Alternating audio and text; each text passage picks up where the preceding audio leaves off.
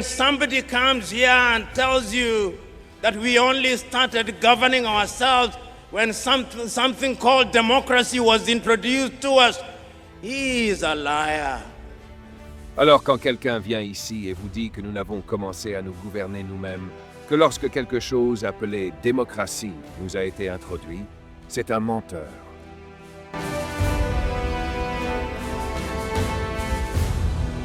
Bienvenue sur Actualité Brûlante, la chaîne où l'Afrique pense, parle et se projette. Dans cette vidéo puissante, le professeur Bello Lumumba, figure emblématique du panafricanisme, nous livre un discours percutant sur un enjeu crucial, la décolonisation des esprits africains par une refondation du système éducatif.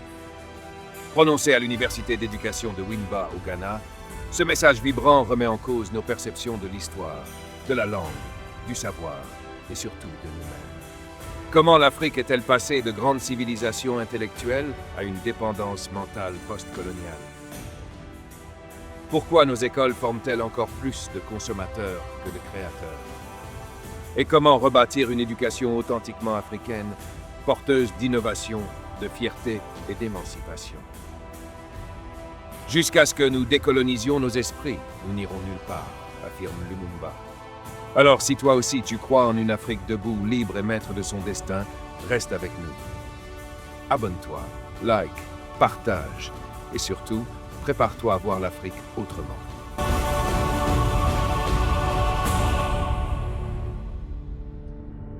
Une idée reçue tenace veut que l'éducation formelle en Afrique ait commencé avec l'arrivée des colonisateurs européens. Le professeur Lumumba s'attaque frontalement à cette conception erronée de l'histoire.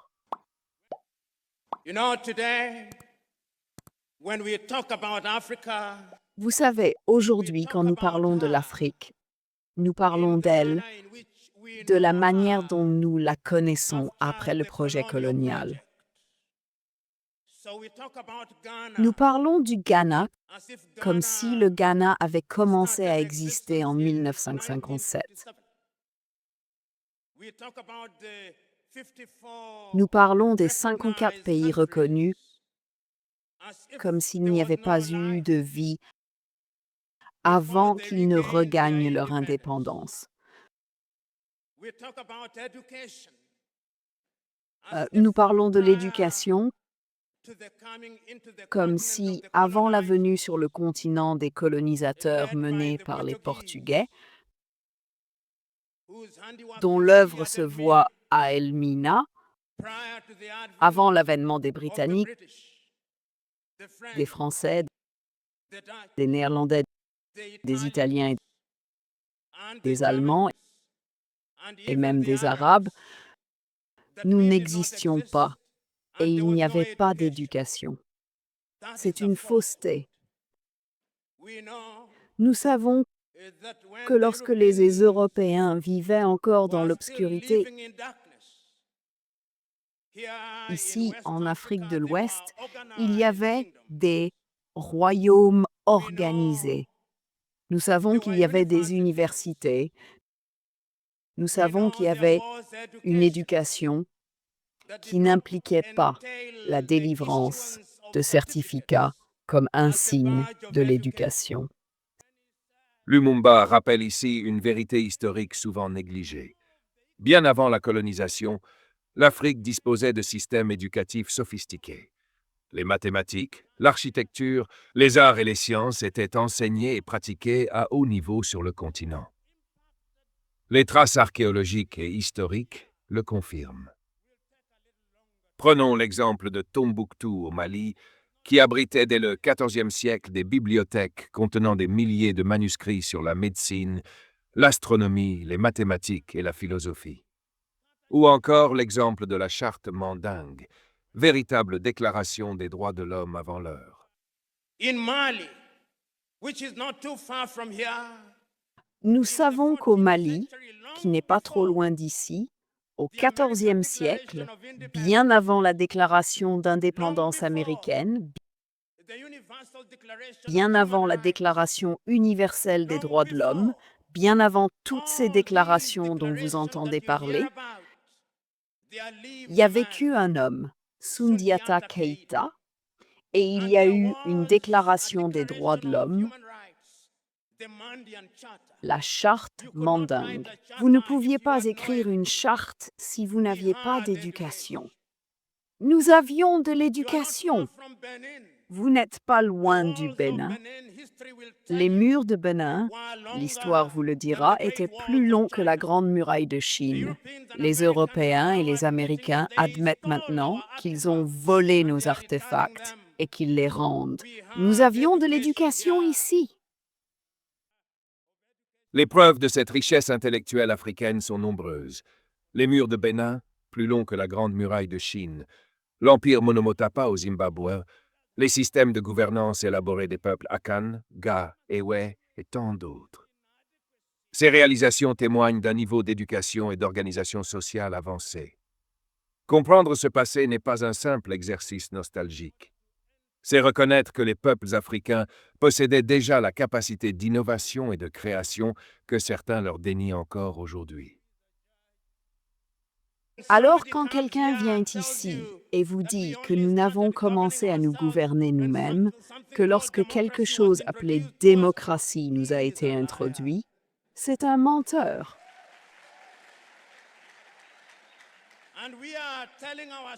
Et nous nous disons que nous avons été perturbés. C'est pourquoi nous avons cette conversation aujourd'hui. La perturbation a été si grave qu'aujourd'hui, ici au Ghana, quand vous allez à Tamale, les Dagomba se trouvent au Togo et au Ghana. Et quelqu'un veut nous dire que les Dagomba au Ghana sont anglophones et les Dagomba au Togo sont francophones. Cela ne peut être vrai. Mais si l'Afrique disposait de tant de savoir et de systèmes éducatifs performants, que s'est-il donc passé? Comment expliquer le décalage actuel avec d'autres régions du monde? C'est là qu'intervient ce que Lumumba appelle la perturbation. Un bouleversement profond des structures intellectuelles africaines par la colonisation.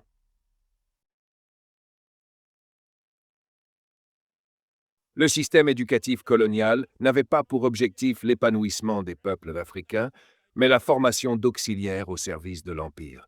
Cette réalité a façonné durablement les mentalités, créant ce que Lumumba appelle une perturbation complète. Vous savez, quand les Britanniques sont venus ici et qu'ils ont établi des écoles à travers l'Afrique, et puis quand ils ont établi Hashimota, qui est célèbre pour avoir produit de grands Ghanéens, l'intention était de produire des jeunes hommes et femmes qui soutiendraient l'empire colonial. L'intention était la même en Ouganda avec le Buddha's King's College, c'était la même au Kenya avec leurs écoles de garçons. Comme le dit Chinua Achebe, l'homme blanc était intelligent, il est venu et a mis un couteau dans les choses qui nous unissaient, et les choses se sont effondrées et elles sont restées séparées. Cette perturbation ne s'est pas limitée aux structures institutionnelles. Elle a atteint les identités mêmes des peuples africains, fragmentant les groupes ethniques par des frontières artificielles et imposant des langues étrangères comme seul vecteur de savoir légitime.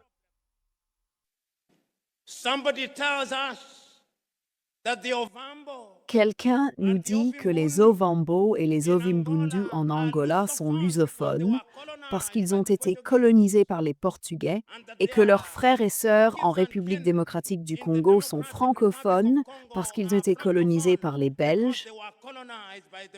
Cela ne peut être vrai.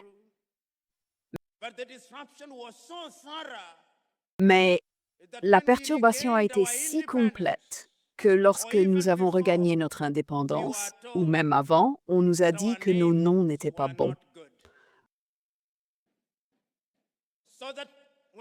De sorte que lorsque vous étiez christianisé et que vous étiez pipim et que vous alliez au baptême et que vous renonciez au diable et à toutes ses œuvres, il disait aussi que vous deviez être Jean They also said you have to be John. parce que dans leur système de choses, il semble que les cieux ne reconnaissent que Jean, pas Pipim.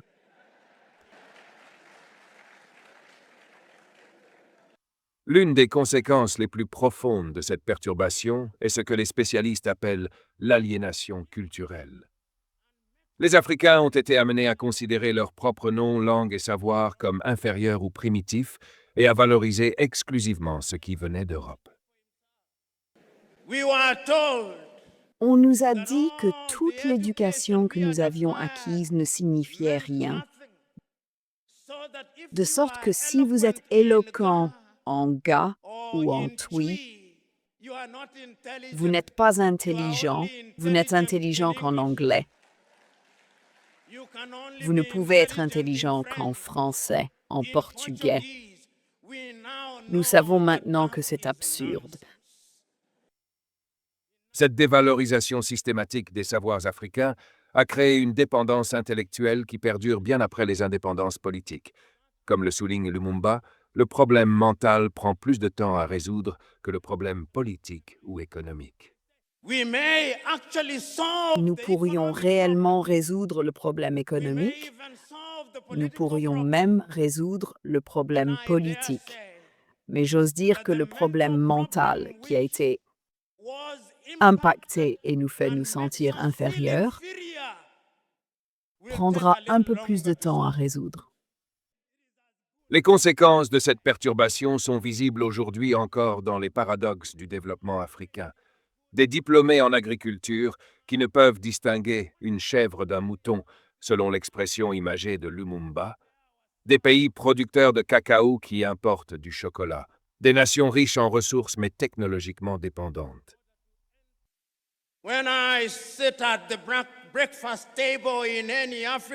Quand je m'assois à la table du petit déjeuner dans n'importe quel pays africain, qu'est-ce qu'on me sert? Du Nescafé de Nestlé en Suisse. Il n'y a pas un seul buisson de café en Suisse. Quand je m'assois à la table du petit déjeuner, du cacao de Nestlé. Et pourtant, le Ghana est le plus grand producteur de cacao. Que s'est-il passé? Nous avons été perturbés. Face à ce constat, faut-il se résigner? Au contraire, le professeur Lumumba nous invite à envisager une transformation radicale des systèmes éducatifs africains, véritable condition d'entrée du continent dans la modernité du XXIe siècle. Pour Lumumba, la solution ne réside pas dans l'imitation des modèles occidentaux, mais dans la création d'un système éducatif authentiquement africain, tourné vers l'innovation et adapté aux défis contemporains. Et nous ne pouvons changer nos esprits que si nous décolonisons nos esprits. Ce célèbre écrivain kényan dit « Jusqu'au jour où nous décoloniserons nos esprits, nous n'irons nulle part. » Ngugi nous rappelle que nous avons peut-être décolonisé nos pays, mais il y a quelque chose qui s'appelle la décolonialité, se libérer totalement des chaînes mentales des colonisateurs. Cette décolonisation des esprits passe d'abord par la revalorisation des langues africaines comme vecteur de connaissance et d'innovation. Lumumba prend l'exemple des pays qui ont réussi leur développement en s'appuyant sur leur propre langue.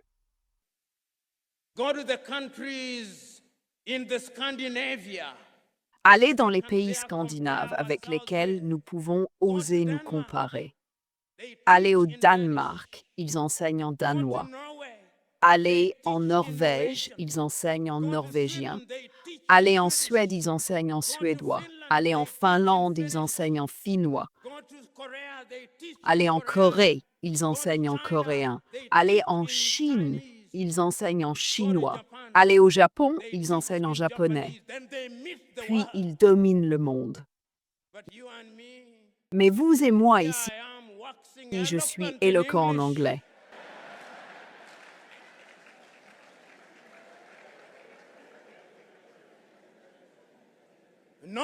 pas en Swahili. We must reform. Nous devons réformer notre programme et nous devons avoir le courage de le faire. Le succès de pays comme la Chine illustre parfaitement la possibilité de transformer un système éducatif en quelques décennies pour répondre aux défis du développement technologique et économique.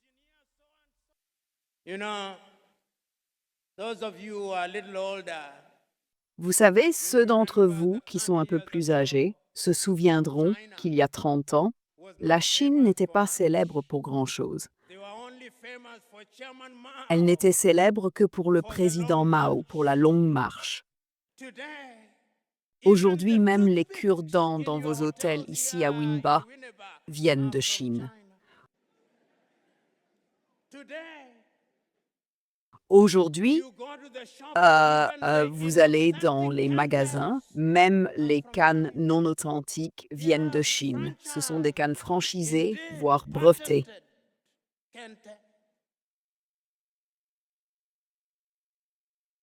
You go home, Vous rentrez chez vous, votre télévision est chinoise ou coréenne. you are being persuaded to Non, vous use utilisez your vos phone. téléphones. Je suppose que vous utilisez soit Samsung, soit Huawei. What did China do Qu'a fait la Chine il y a 30 ans? years ago? They made a Elle a decision. pris la décision que nous allions changer notre système éducatif. Et ils ont changé leur They système changed their éducatif. education system. Cette réinvention de l'éducation africaine doit s'orienter vers les domaines d'avenir. Technologie numérique, robotique, intelligence artificielle, agriculture moderne. L'Afrique ne peut se permettre de rester aux marges de ces révolutions en cours. We are talking about agriculture.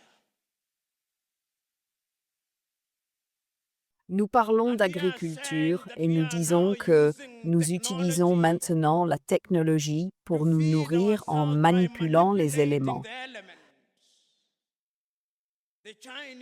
Les Chinois sèment la pluie pour qu'il pleuve.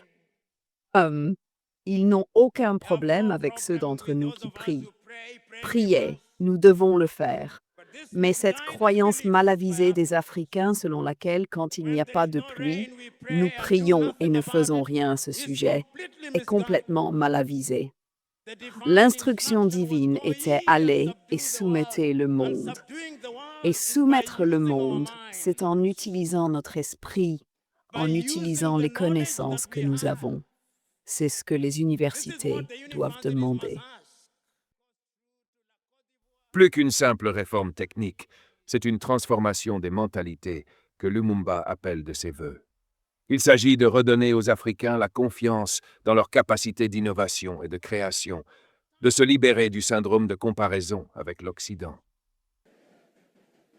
When you see our judges dressing, Quand vous voyez nos juges s'habiller, ils s'habillent toujours comme le Père Noël.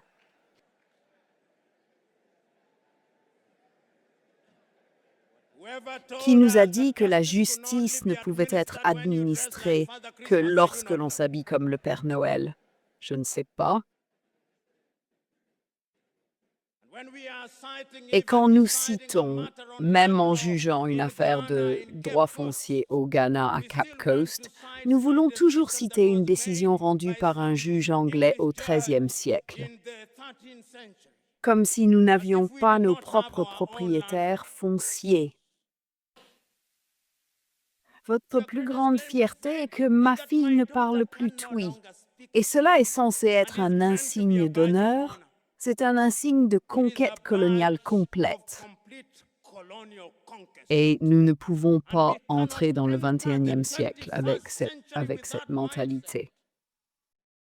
Le message de Lumumba aux jeunes générations est clair. Elles doivent s'affranchir des erreurs du passé et oser imaginer une Afrique nouvelle, à la pointe de l'innovation et de la créativité. C'est pourquoi Chinua Achebe a dit « Où sont les jeunes pousses qui pousseront quand le vieux bananier mourra ?» Ce sont de vieux bananiers, vous êtes les jeunes pousses. Alors levez-vous, l'Afrique n'attend pas de vous que vous vous engagiez dans un état de lamentation perpétuelle. Non, la lamentation ne vous aidera pas. En conclusion de son discours, le professeur Lumumba offre une vision inspirante d'une Afrique transformée par une éducation repensée et réorientée vers les besoins du continent et les défis du XXIe siècle.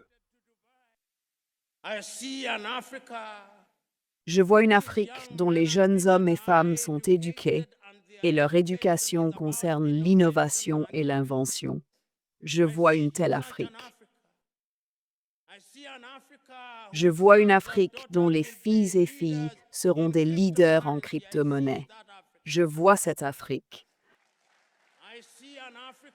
Je vois une Afrique où toutes les voitures circulant d'Addis Abeba en Éthiopie à Banjul en Gambie seront fabriquées soit au Togo, soit au Burkina Faso, soit en Ouganda. Je vois cette Afrique. Je vois une Afrique où les médecins ghanéens qui dirigent des hôpitaux aux États-Unis et au Royaume-Uni auront le courage de revenir chez eux parce qu'il y a quelque chose appelé un hôpital où ils peuvent exercer leur métier. Je vois une telle Afrique. Cette vision n'est pas utopique.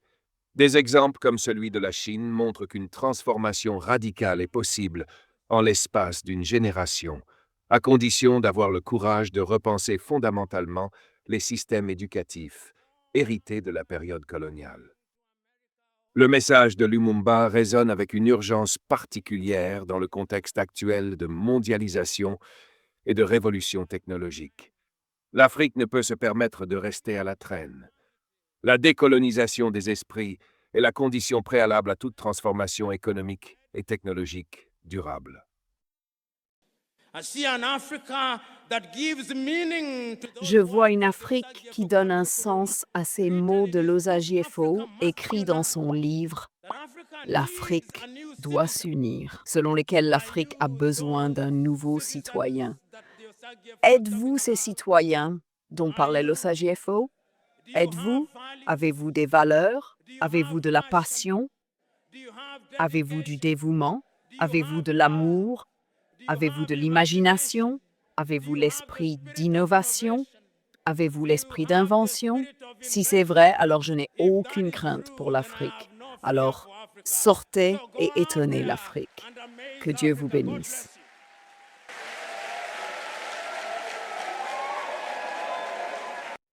Le défi est lancé aux nouvelles générations d'Africains. Créer une éducation authentiquement africaine, ancrée dans les réalités du continent, mais tournée vers l'avenir, capable de former les innovateurs, créateurs et penseurs qui feront de l'Afrique un acteur majeur du XXIe siècle. Comme le disait Kwame Nkrumah, cité par Lumumba, l'Afrique a besoin d'un nouveau citoyen. C'est par l'éducation que ce nouveau citoyen émergera. Merci d'avoir suivi cette intervention du professeur PLO Lumumba, une voix engagée pour la réflexion et la transformation en Afrique. Ce discours soulève de nombreuses questions sur notre éducation, notre identité et notre avenir collectif. Et vous, qu'en pensez-vous? Pensez-vous que la décolonisation des esprits passe nécessairement par une réforme du système éducatif? Vos réflexions sont les bienvenues dans les commentaires. N'hésitez pas à partager cette vidéo autour de vous, à vous abonner à la chaîne Actualité Brûlante et à activer la cloche pour ne rien manquer de nos prochains contenus. À très bientôt pour une nouvelle analyse sur les enjeux majeurs de notre continent.